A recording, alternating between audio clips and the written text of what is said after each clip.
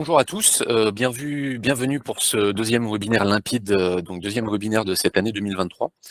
On avait effectivement fait un webinaire au mois de janvier pour parler des surcoûts liés à la reine.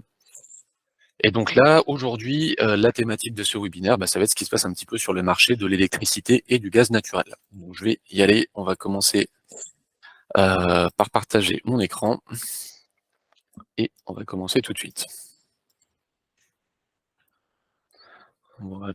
Est-ce que Luc me confirme qu'on est bon? Hop. Voilà. Donc voilà la thématique du jour qui nous attend, donc tout ce qui se passe sur les marchés de l'électricité et du gaz naturel. Je pense qu'on en entend parler de plus en plus à la télévision, à la radio depuis maintenant 1 an, voire 2 ans. Donc on va vous faire un petit point technique, surtout si vous avez des contrats qui se terminent dans le courant de l'année, c'est très bien de prendre la température. Voilà, donc petit rappel, je vais représenter rapidement Limpide, puisque là, dans les gens qui nous écoutent à l'heure où on parle, on a beaucoup de clients limpides, donc des gens dont on gère la renégociation de contrat, mais peut-être également des prospects, des entreprises avec lesquelles on ne travaille pas encore. Donc l'idée, c'est de vous expliciter un petit peu notre vision du marché. Et puis notre cœur de métier, outre l'énergie, c'est surtout la pédagogie. Donc bienvenue en tout cas dans ce webinaire, et on va commencer maintenant. Donc on va scinder ce webinaire en 2 parties. Donc une partie sur le gaz naturel et puis une deuxième partie sur l'électricité. On avait tablé une demi-heure, mais je pense qu'on pourra se permettre de déborder un petit peu selon si je suis bavard et si je suis pertinent. Qui me le dirait. Voilà, donc dans un premier temps, on va regarder les courbes du gaz naturel depuis 2018. Donc entre 2018 et la dernière période que j'ai prise, c'est le 23 février 2022, tout à droite du graphique, début de la guerre en Ukraine. Donc en fait, si on regarde, on a un marché qui est relativement bas depuis désormais plusieurs années.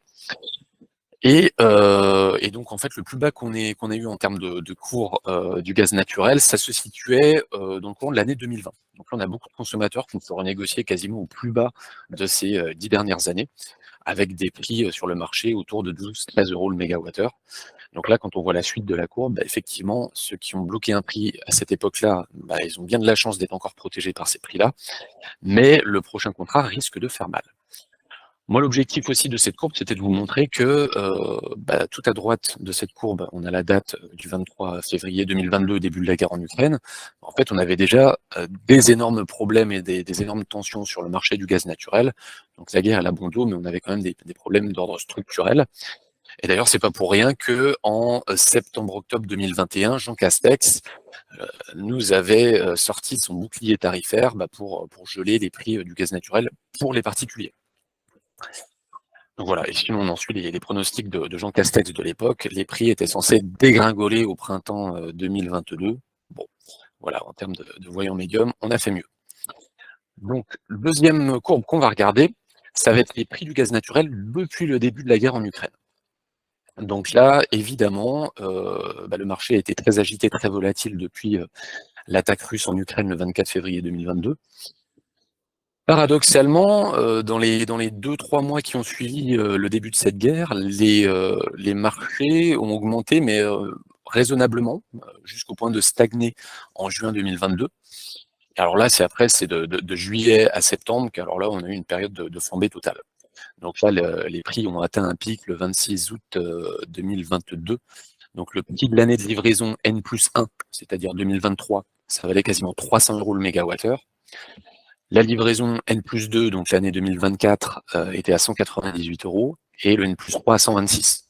Donc là, par rapport au prix que je vous présentais avant le Covid, avant la guerre en Ukraine, où le plus bas de la courbe qu'on a eu, c'était 12 € le mégawattheure, vous voyez que là, on est sur un quasiment un x20. Et donc suite à ça, on a eu effectivement tout un tas de choses qui ont été entreprises par les gouvernements européens pour se sevrer entre guillemets du gaz russe et trouver des alternatives, ce qui a fait très bien redescendre la courbe. Et donc on finit l'année 2022 avec un prix du gaz qui retrouve, je vais pas dire le niveau d'avant-guerre, mais on commence à s'en rapprocher. Voilà. Et donc on va voir ensuite les facteurs qui ont généré ces courbes-là. Donc, on a surtout la baisse radicale des importations de Russie. C'est à partir de l'été qu'ils ont vraiment coupé le robinet, si on doit faire un peu du cliché. Donc ça a vraiment impacté les prix du gaz naturel à la hausse. Malgré ça, on a eu quand même un facteur assez positif qui est ce qu'on va appeler la résilience. C'est la baisse de la consommation de gaz naturel en France de 6% par rapport à l'année précédente. Et par rapport à ça, on a 3 raisons principales. La première, c'est un hiver doux. Donc là, on a eu plutôt de la chance. La sobriété énergétique, donc là effectivement le fait qu'on demande à tous les consommateurs de faire attention à leur consommation, et ça a permis de baisser la consommation globale. Donc là on parle vraiment des entreprises et des ménages. Donc l'un dans l'autre, ça a beaucoup aidé à faire tomber la consommation. Et puis le troisième point, ce qui est une moins bonne nouvelle, c'est les gros industriels qui ont été à l'arrêt parce qu'ils étaient, pour eux, c'était quasiment non rentable de produire avec des prix du gaz aussi élevés. Donc quand on a des gros industriels qui arrêtent de produire, ça, plus ça, plus ça, effectivement, ça fait des baisses de consommation très importantes au niveau national. Voilà. Et donc ça, c'est le point très important de 2022, c'est le développement massif des importations de GNL, le gaz naturel liquéfié. On va regarder un petit graphique. La courbe bleue en 2022, c'est les importations de GNL par les pays européens par rapport à la courbe grise qui est celle de l'année précédente. Donc là, on a vraiment une explosion, on a quasiment, allez, on va pas dire un x2, mais pas loin selon les périodes. Donc en gros, pour faire simple, il y a encore 10 ans, l'Europe était tributaire, entre guillemets, des pipelines qui liaient les différents pays producteurs de gaz et l'Europe, avec des contrats de long terme. Donc typiquement, les pipes Nord Stream qui connectaient la Russie à l'Union européenne. Et en fait, depuis ça fait maintenant 4-5 ans que se développe le GNL. Donc c'est une technique qui permet en fait de liquéfier le gaz naturel pour ensuite l'exporter via bateau. Et c'est ce qui permet en fait de ne plus être tributaire de l'aspect logistique des tuyaux, si je fais un peu du simplifié. Donc en fait, n'importe quel producteur de gaz est en mesure d'exporter dans n'importe quel pays du monde à partir du moment où on peut envoyer des bateaux remplis de gaz naturel liquéfié. Donc ça a considérablement bouleversé la donne, et puis on y reviendra un petit peu plus tard, parce que c'est vraiment le sujet fondamental sur l'avenir du gaz naturel en termes de prix. Là, on va regarder les courbes depuis janvier 2023. Alors depuis janvier 2023, là, les cours du gaz sont, je ne vais pas dire en train de s'effondrer, mais ils sont vraiment en très très forte baisse. Et donc, vous voyez, on a commencé en janvier, on avait une année N+1, donc l'année 2024 à 69 €. Elle est désormais à 49 €. Et l'année N+2, elle était en janvier à 57 € et aujourd'hui, elle est à 42 €.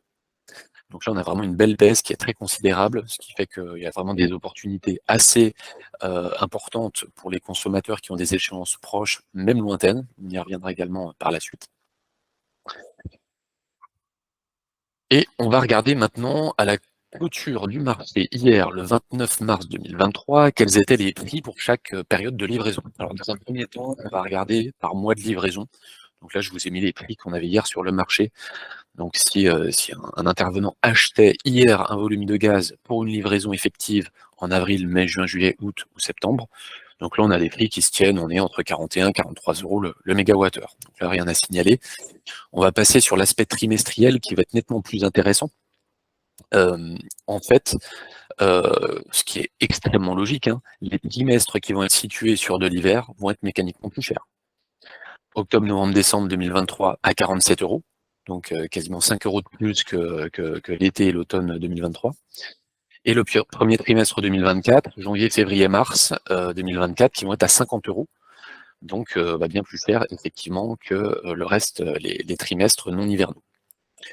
Donc ça, c'est très important parce qu'en fonction de votre profil de consommation, si vous êtes un industriel qui consomme régulièrement tout au long de l'année, qui consomme la même chose tous les mois, versus si vous êtes un consommateur qui utilise du gaz naturel pour le chauffage seulement en hiver, vous n'allez pas du tout avoir les mêmes prix. Parce qu'effectivement, le fournisseur qui doit acheter 90% de la consommation annuelle de gaz sur octobre, novembre, décembre, janvier, février, mars, lui, il va s'approvisionner entre 47 et 50 €, alors que du coup, si c'est pour un consommateur qui va lisser sa consommation toute l'année parce qu'il l'utilise pour j'allais dire, la production, on va pouvoir tirer le prix vers le bas.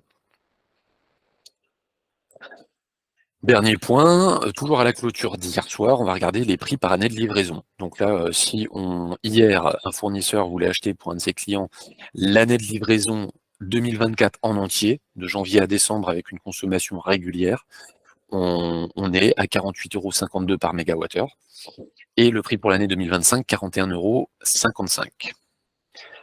Donc, premier constat, en relatif, là, on retombe sur des prix inférieurs à ce qu'on avait avant la guerre.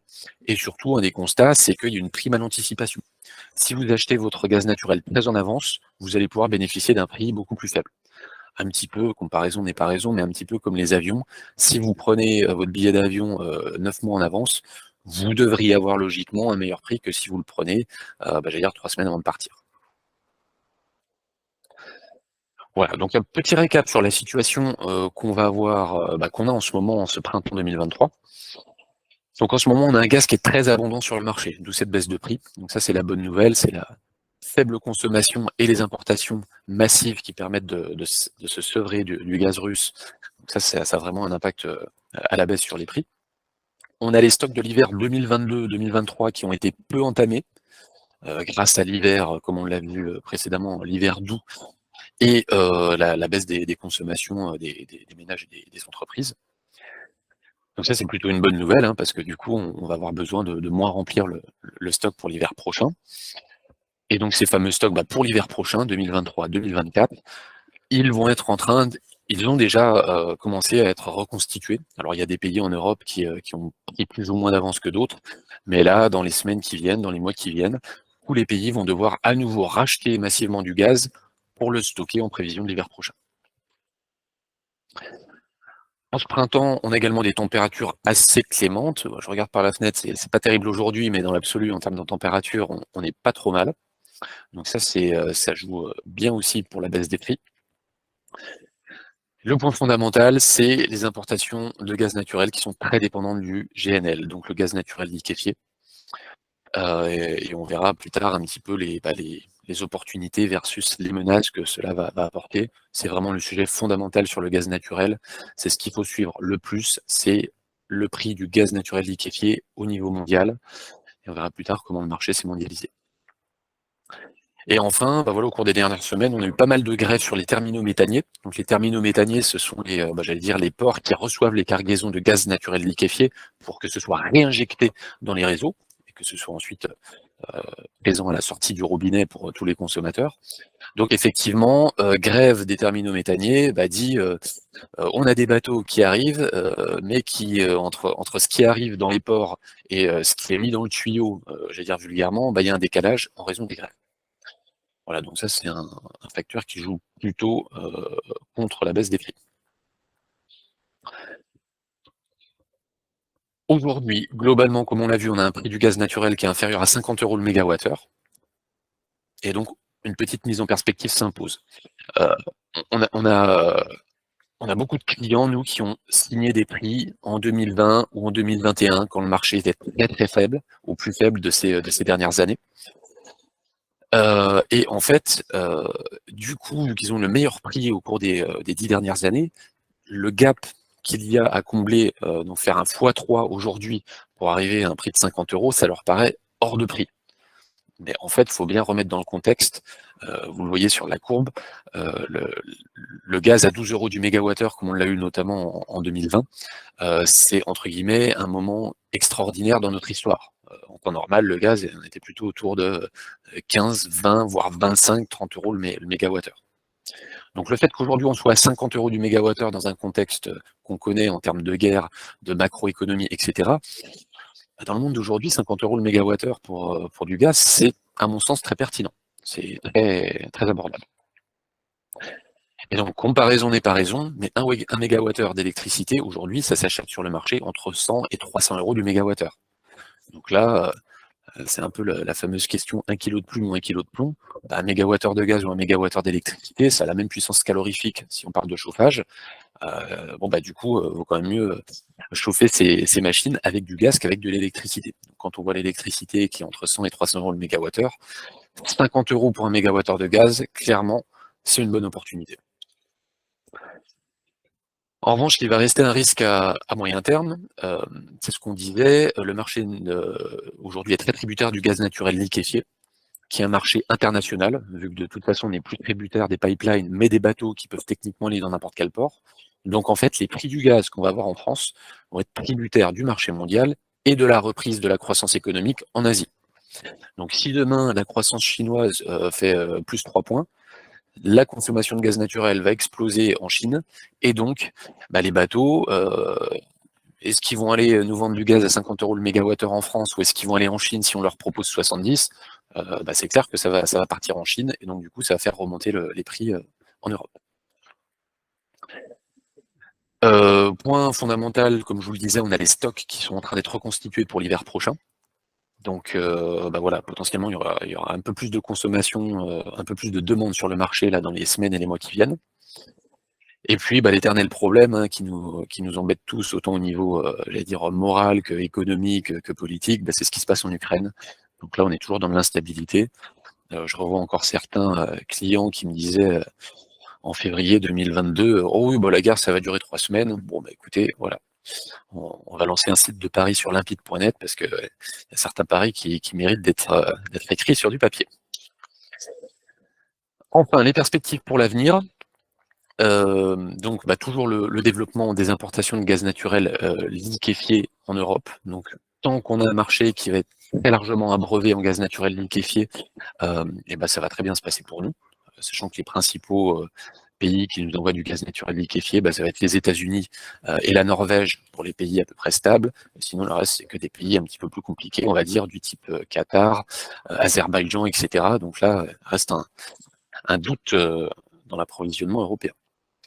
La croissance économique des principaux importateurs de gaz naturel liquéfié. Alors dans le monde, les 4 principaux consommateurs, c'est que des Asiatiques: Chine, Inde, Corée du Sud et Japon. Donc si ces pays se mettent à consommer beaucoup plus de gaz naturel dans les mois qui viennent, c'est sûr que ça va tirer les prix vers le haut pour le monde entier, et donc pour l'Europe a fortiori. Les grèves dans les terminaux méthaniers, si ça continue et que ça s'intensifie, ça également ça peut pénaliser les prix. La question de la sobriété énergétique, donc le moins 6% de la consommation nationale française par rapport à l'année N-1, est-ce que c'est du temporaire, l'effet crise, l'effet guerre, ou est-ce que ça va être quelque chose de structurel? Ça, c'est l'avenir qui nous le dira. Et donc, la reconstitution des stocks pour l'hiver prochain.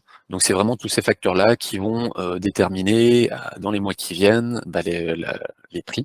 Sachant que pour moi, le facteur principal, comme vous l'aurez compris, c'est ce qui se passe sur le marché du gaz naturel liquéfié et la consommation des autres pays dans le monde en termes de gaz naturel liquéfié. Voilà, donc nos recommandations. C'est là, on est dans la bonne fenêtre de tir. Moi, je pense qu'il faut dès maintenant regarder, voire déjà acheter.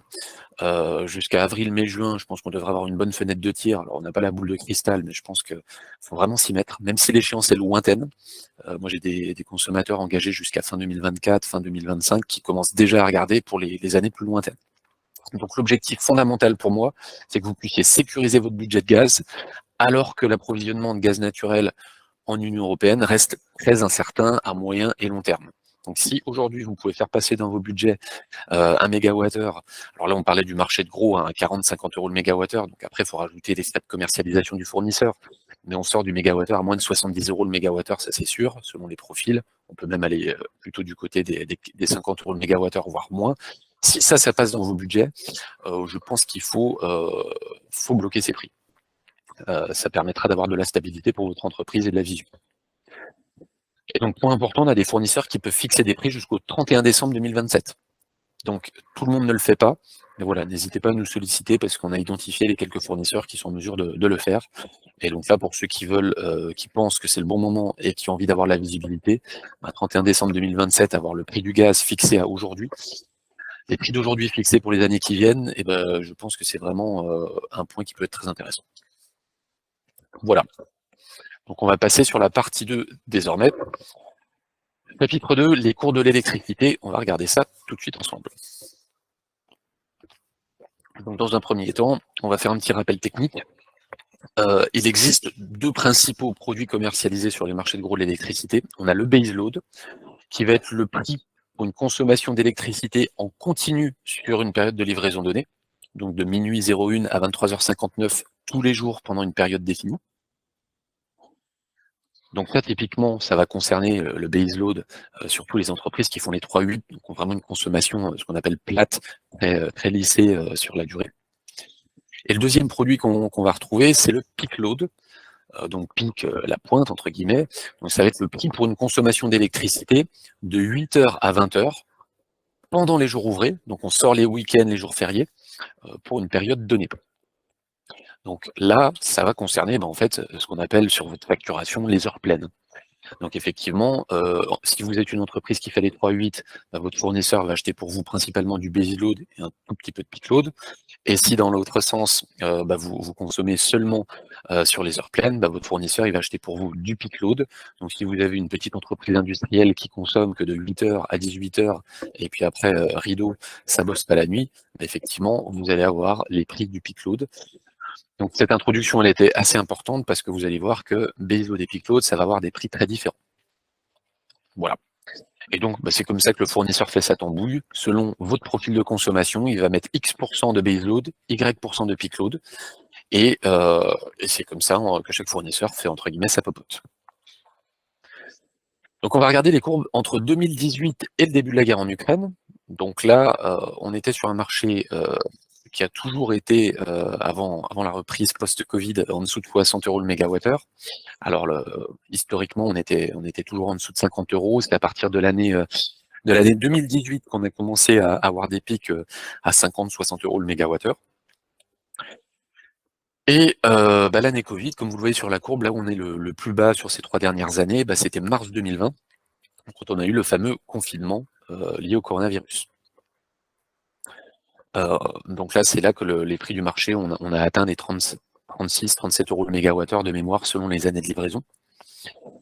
Et enfin, si je vous montre les prix qui étaient en vigueur au 22 décembre 2021, là, on était déjà sur une flambée. Toute l'année 2021, on a eu une flambée des prix, et ça s'est terminé en apothéose avec un mégawattheure en baseload à 407 € pour la livraison N+1, et 150 € pour la livraison N+2. Donc là, c'était vraiment la catastrophe. Alors aussi, point fondamental, si on regarde tout à gauche de la courbe, les prix qu'il y avait en vigueur en 2018, quand un fournisseur achetait sur les marchés de l'électricité, en fait, quand il achetait en 2018, le prix de la livraison 2020, le prix de la livraison 2019, 2020 et 2021, donc année N+1, N+2, N+3, c'était en gros kiff-kiff. 41 € le mégawattheure, donc là, il y a des écarts extrêmement marginaux. Avec la reprise post-Covid et le début de la crise sur le marché de l'électricité, on a vraiment une distorsion et on a des courbes qui se séparent très nettement.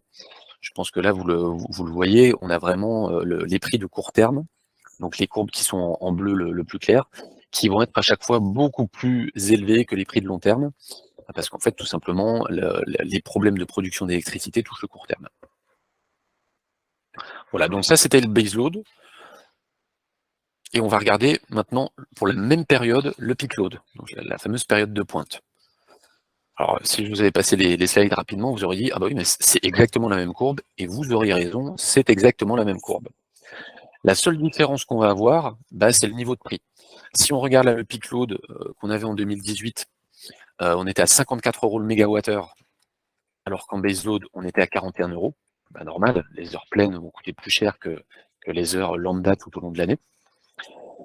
Et donc là, le baseload qu'on avait avant la guerre en Ukraine, le 24 février, donc 209 € le baseload pour l'année 2023. Et en peak load, ça fait 340 € le mégawattheure. Donc vous voyez, on passe de 209 à 340 pour la même période de livraison, juste en switchant de baseload à peak load. Donc là, il y a vraiment des écarts qui sont faramineux entre baseload et peak load. On va regarder désormais les courbes depuis la guerre en Ukraine. Donc là, ça suit exactement la même logique que les courbes du gaz naturel. Et donc, on a eu ce pic en août 2022, avec un mégawattheure à 1130 € pour la livraison 2023. Donc là, on n'a jamais vu ça de toute notre vie dans les métiers liés à l'énergie. Puis suite à ça, ça s'est un petit peu calmé, hein, puisque ça a suivi à partir du moment où les problèmes de gaz ont un petit peu été jugulés, à partir de septembre, octobre, ça s'est passé un petit peu mieux sur les marchés de l'électricité. Et puis aussi on reviendra là-dessus plus tard, mais les problèmes de centrales nucléaires qui ont vraiment pénalisé les prix de l'électricité. Donc voilà, ça c'est notre courbe baseload depuis la guerre en Ukraine. Donc retenez bien, le pic qu'on a eu le 26 août 2022, la livraison de la N+1 était à 1130 € en baseload, et on va voir la même chose en peak load. Donc la même courbe, qui suit les mêmes tendances, mais avec des niveaux de prix bien plus élevés. Donc là, le 26 août 2022, ce fameux jour de crise historique, 1130 € pour le baseload de l'année N+1, et 1580 € le peak load pour l'année N+1.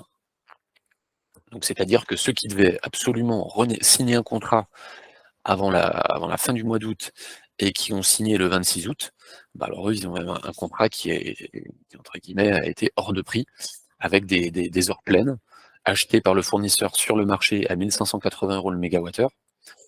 Donc là, ça fait des carnages sur les factures de ces consommateurs-là. Et c'est vrai qu'à l'époque, la solution qu'il y avait, c'était de prendre des contrats un petit peu plus longs, parce que là, quelqu'un qui prenait le 26 août 2022 un contrat juste d'1 an, pour l'année entière 2023, il se prenait 1580 € du mégawattheure, plus les frais du fournisseur, frais de commercialisation, marge, etc. Alors que du coup, celui qui, dans le même cas de figure, le 26 août 2022, prenait un contrat sur 2023, 24, 25, le fournisseur achetait un tiers à 1580 €, un tiers à 744, un tiers à 687, et ça permettait, entre guillemets, un petit peu de lisser la catastrophe. Donc voilà pour ce point historique du 26 août, on s'en souviendra. Et donc fin d'année 2022, des prix qui retombent sous la barre des 400 € le mégawattheure. Retour très rapide, parce qu'il est déjà 30, on va largement déborder. Je vais essayer de faire vite, hein, on va se donner 10 minutes, un quart d'heure pour finir cette présentation. Donc l'explosion des prix d'électricité qui sont dus notamment à la flambée des prix du gaz naturel. Le problème européen qui est le suivant, c'est que les prix de l'électricité sont dépendants des prix du gaz. Je ne reviens pas sur les mécanismes de fixation qui est un petit peu technique, mais il y a une corrélation directe. Donc quand le prix du gaz explose, les prix de l'électricité explosent. Par ailleurs, on peut se poser la question, est-ce que c'était très pertinent que les prix de l'électricité produite en Europe soient dépendants du prix d'une ressource qu'est le gaz importé de l'étranger? Question un peu philosophique et politique, vous y répondrez vous-même après ce webinaire.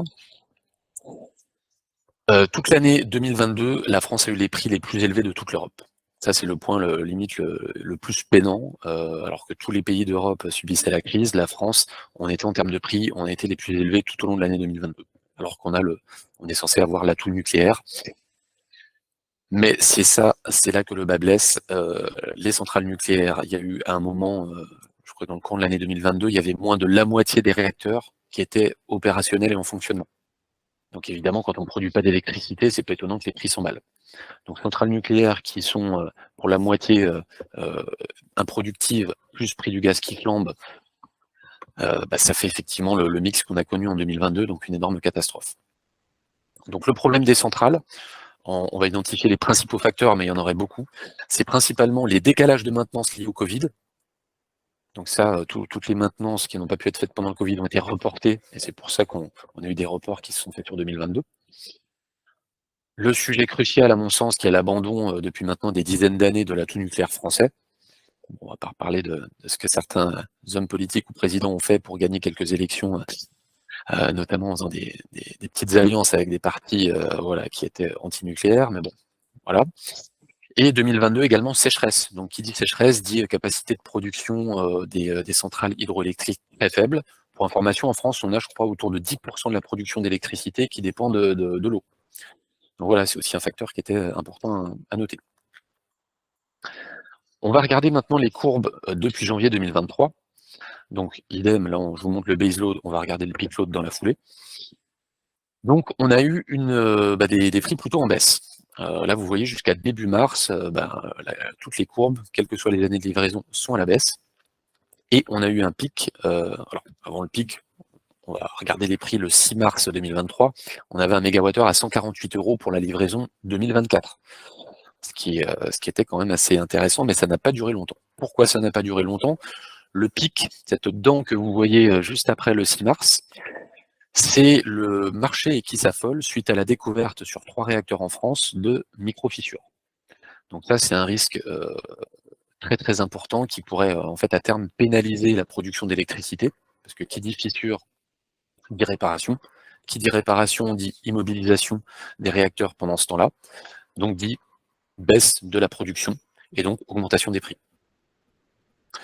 Voilà, donc là on est sur le baseload, il y a eu le pic, suite à une annonce, le marché est toujours un petit peu, j'allais dire oversensitive, très sensible, hypersensible on va dire en français, et donc après ça rebaisse toujours un petit peu, mais après ce pic, on repart quand même sur un niveau plus élevé qu'avant le 6 mars. Donc ça c'est pour le baseload, et on va regarder le peak load, qui va être exactement la même courbe, qui va suivre exactement les mêmes tendances. Donc voilà, rien de spécial à commenter. On va regarder les prix d'électricité par mois de livraison. Je vous mets baseload à gauche, peak load à droite. Donc là, contrairement au gaz, l'aspect saisonnier va clairement être impactant dans les prix d'électricité. Donc là, sur les mois mars, avril, mai, juin, juillet, on a des prix qui se tiennent entre 112 et 133 € le mégawattheure en baseload, entre 110, 117 et 162 en peak load. Et là où ça va être intéressant, c'est quand on regarde les prix par trimestre. Donc là, le trimestre 2 de l'année 2023 et le trimestre 3, donc avril, mai, juin, ainsi que juillet, août, septembre, on a des prix baseload 114, 132, des peak load relativement modestes. Dès qu'on passe sur les périodes d'hiver, octobre, novembre, décembre 2023, bon bah là on fait carrément x2 sur le baseload et x3 sur le peak load. Et le pire du pire, dans l'énergie et en particulier dans l'électricité, c'est janvier-février. Donc le trimestre janvier-février-mars 2024, bon bah alors là en termes de prix, 376 € le mégawattheure en baseload et 639 en peak load. Et ensuite, quand on repasse sur le printemps 2024, ça redescend. Et quand on repart sur l'hiver de 2024-2025, là, ça remonte. Donc vous avez compris l'aspect saisonnier des prix de l'électricité.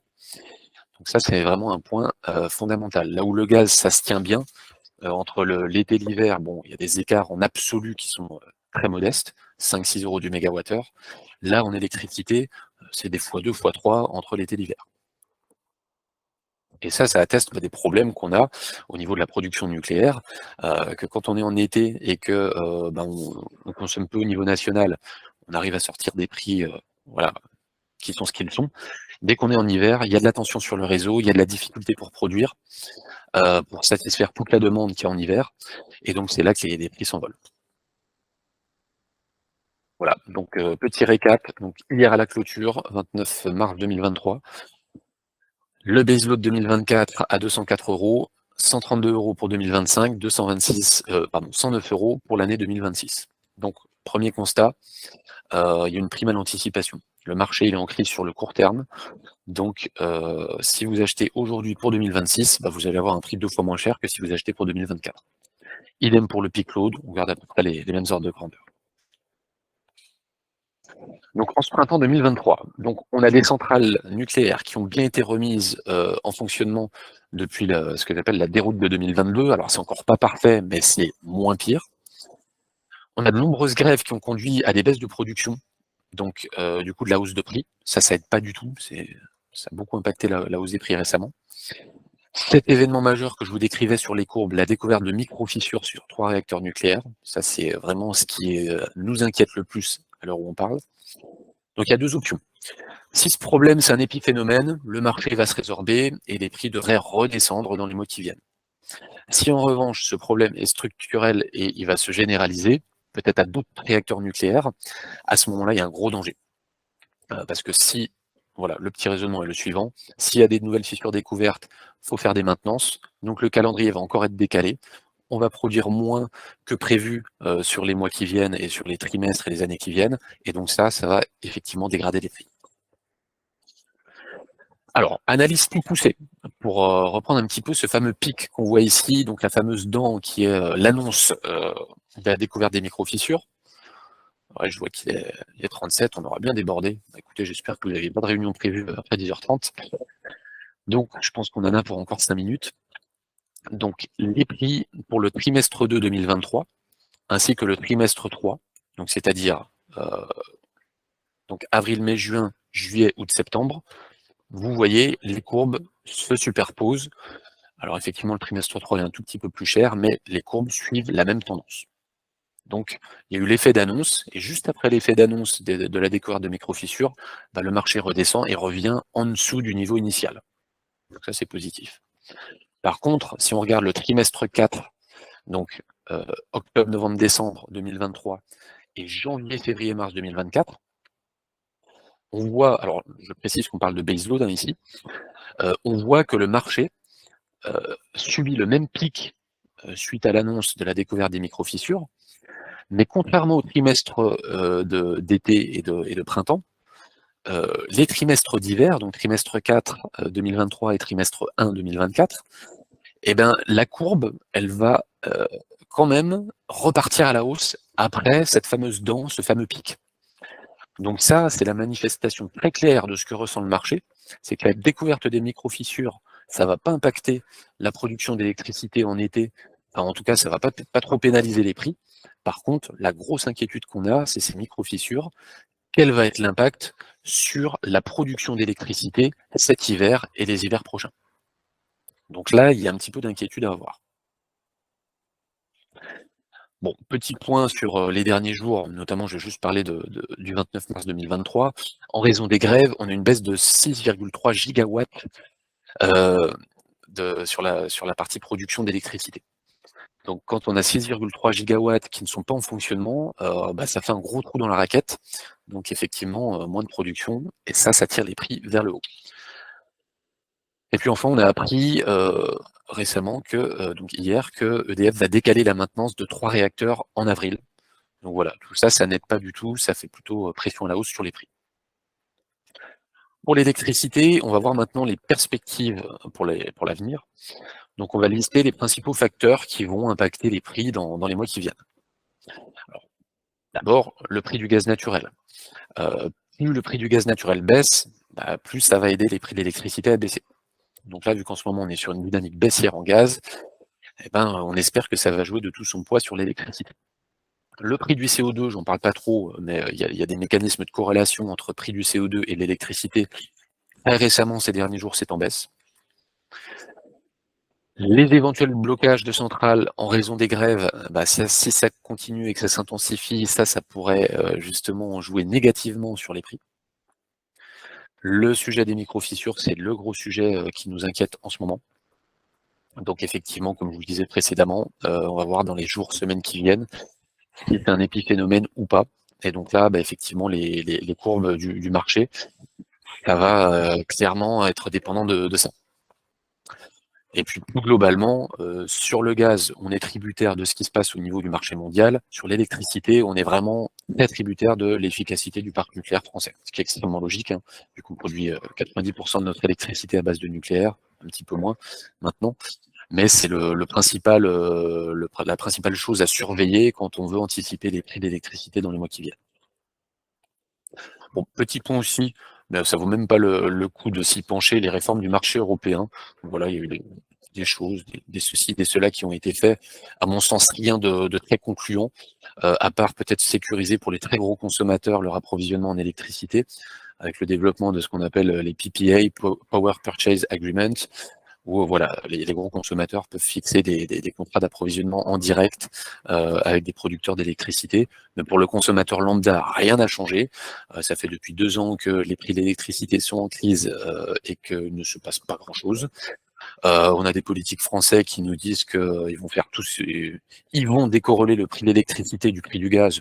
Bon, bah là, la Commission européenne a dit non, puisqu'effectivement, quand l'Allemagne dit non, bah du coup, toute l'Europe doit dire non. Parce qu'effectivement, l'Allemagne, ça va pas dans ses intérêts. Donc bah voilà, quand ça va pas dans les intérêts de l'Allemagne, on ne fait pas. Donc voilà, il se passe strictement rien de très positif, à mon sens, au niveau européen. Donc nos recommandations, c'est que si vous avez des échéances en électricité en fin d'année 2023, là l'idée c'est peut-être un petit peu de temporiser et de regarder de très près vraiment ce qui va se passer dans les jours qui viennent. Tout le sujet, c'est de savoir si les micro-fissures, ça va être un problème structurel ou non, et s'il va y avoir des décalages dans les maintenances de centrales. Donc pour ça, ce que vous pouvez faire, c'est suivre les communications d'EDF et de l'ASN. L'ASN, c'est l'autorité de sûreté nucléaire. Donc selon les informations qui vont être lâchées dans les jours et semaines qui viennent, eh ben, les prix de l'électricité vont repartir à la hausse ou à la baisse. L'Arenh reste pertinent en 2024-2025, donc l'Arenh, l'accès régulé à l'énergie nucléaire historique, ce mécanisme très utilisé par les industriels et même tous les consommateurs professionnels en général. Mais vu que le mécanisme a une durée de vie programmée jusqu'à fin 2025, de toute façon, aller sur de l'Arenh en 2026, c'est un petit peu risqué, pour ne pas dire casse-cou. Et surtout qu'il y a toujours des risques de surcoût liés à l'Arenh qu'on ne sait pas maîtriser. Donc on ne sait pas du tout dire quels vont être les montants de surcoût pour l'année prochaine. Donc voilà, sur l'Arenh, il ne faut pas aller au-delà de 2025.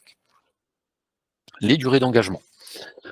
Si vous partez sur de l'Arenh, privilégiez du court terme, donc pas plus de 2 ans, donc 2024-2025, il ne faut pas forcément aller chercher au-delà.